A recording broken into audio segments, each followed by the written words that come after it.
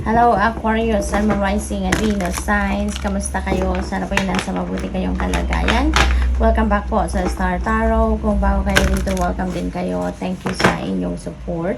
I truly appreciate it. God bless you all po. Aquarius, tingnan natin kung ano ang mga mensahe para sa iyo. O na mensahe ninyo, 5 of Air. Ayan. So, baka meron ditong baka meron ditong mga hindi kayo pagkakaintindihan with another person.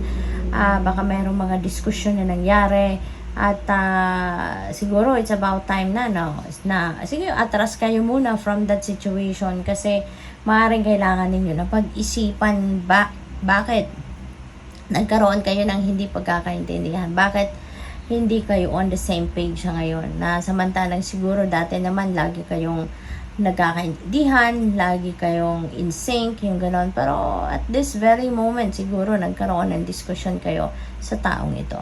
So maybe this is the time na you need to re-evaluate the situation.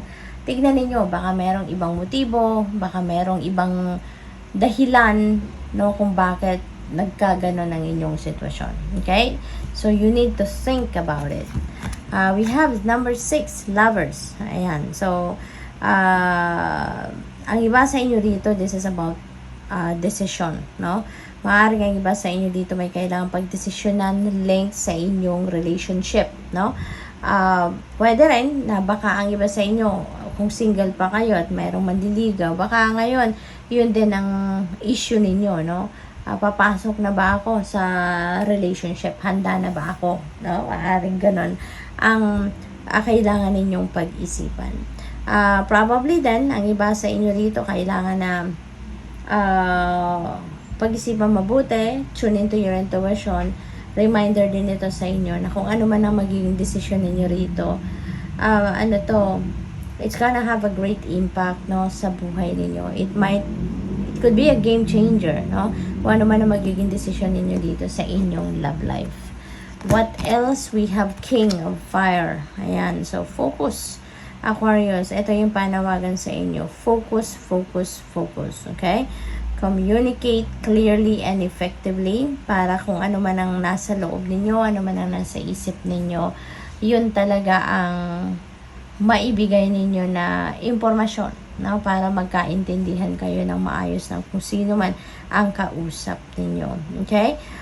Probably then, ang iba rin sa inyo rito, siguro baka mapopromote na kayo into a leadership role. Finally, maaring ito din yung minimithi ninyo, ito din yung minamanifest ninyo na ma-promote kayo. So finally, baka mararecognize na ang inyong leadership potential, no, ng mga boss ninyo, ng employer ninyo, yung ganon. Kaya baka talaga ibigay na sa'yo ito, no? Possible din, ang iba sa inyo rito is going to pull up a new business, no? Maari din na merong on the side, kunyari nagtatrabaho kayo, nag-work kayo 9 to 5, and maari din, no, na magkaroon pa rin kayo ng entrepreneurship, no, na pagfo-focusan din sa ngayon. So good luck din po sa inyo. We have 3 of Fire. Ayan, napakaganda. This is about abundance. You know, this is about abundance. This is about travel. This is about good fortune. No? Good luck. Maswerte kayo sa ngayon. Kaya, things are really looking very good para sa iyo. Yung patience ninyo magpe-pay off na sa ngayon. Kaya, kung ano man ang mga pinagtsagaan ninyo talaga, pinagsikapan ninyo, pinagplanuhan ninyong mabuti, eto na, no, maaaring unti-unti na ninyong makukuha yung bunga nito, unti-unti na itong magta-translate into success, no, kung ano man ang mga bagay na ito. Kaya napakaganda. Travel, no, magta-travel ang iba sa inyo rito, Aquarius, for various reasons. 6 of Earth, ayan, wow, napakaganda. Abundance talaga is coming your way. Kasi meron ditong paparating na pera, merong magbibigay sa inyo ng pera, magraregalo, maaari din na may windfall dito, maaari din na merong magpapahiram ng pera. Depende, no, sa inyong sitwasyon. General reading ito. Aquarius, reminder lang, no, na hindi lahat ng magka-apply sa isang tao dito pwede rin sa inyo, yung ganon. Kaya kung ano lang po yung sasakto sa inyong sitwasyon na mensahe rito, take it. Otherwise, kung hindi nagsasakto sa inyong sitwasyon, just leave it for someone else kasi hindi yan para sa'yo. Okay? So, just like ko sinasabi, just take as it resonates. Kasi hindi ito one-on-one reading, no? General reading ito. May mga mensahe rito na para sa'yo. May mga mensahe rito na maririnig kayo na hindi para sa'yo. Okay? So, dito din sa Six of Earth, maganda rin ito kasi your needs will be met, lalo-lalo na pagdating sa pera, pagdating sa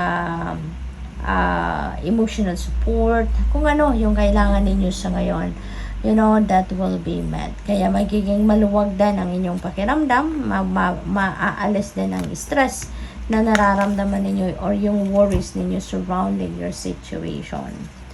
We have Hermit. Ayan. So, spend time in meditation. Mag-solitude kayo. Kailangan ninyo ng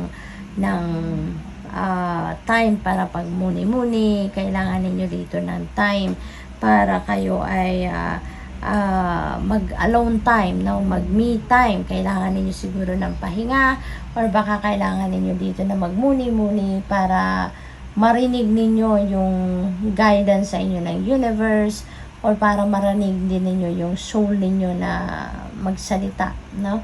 When you allow your body to rest, when you allow your mind to rest then, from thinking a lot, you are also allowing your soul to speak. Kaya maaaring yun ang kailangan ninyo sa ngayon talaga, no? What else? We have the Magician, napakaganda. This is manifestation energy. So, nandito kayo sa higher energetic frequency. No, ang iba sa inyo, magmamanifest kayo ngayon na kung ano man yung gusto ninyong makita sa inyong 3D reality. Magmamanifest kayo ng mga dreams ninyo, wishes ninyo. Kung ano yung gusto ninyong ma-manifest sa buhay ninyo ay maaaring dumating na, magagawa na ninyo ng paraan yan, or talagang sadyang it's meant to be, na ibibigay na sa iyo ng universe yan. King of Earth, ayan, this is about wealth, this is about pera, this is about you creating abundance and prosperity sa buhay ninyo. So baka meron dito mga offers para sa inyo na maghahatid ng prosperity and abundance. This is a very successful time din. Kaya maaring meron din ditong mga successes na mapupunta sa inyo na mararanasan nyo na sa ngayon. At baka meron ditong financial reward na maibibigay din sa inyo sa ngayon. So good luck. Thank you for watching. Love and light. Namaste.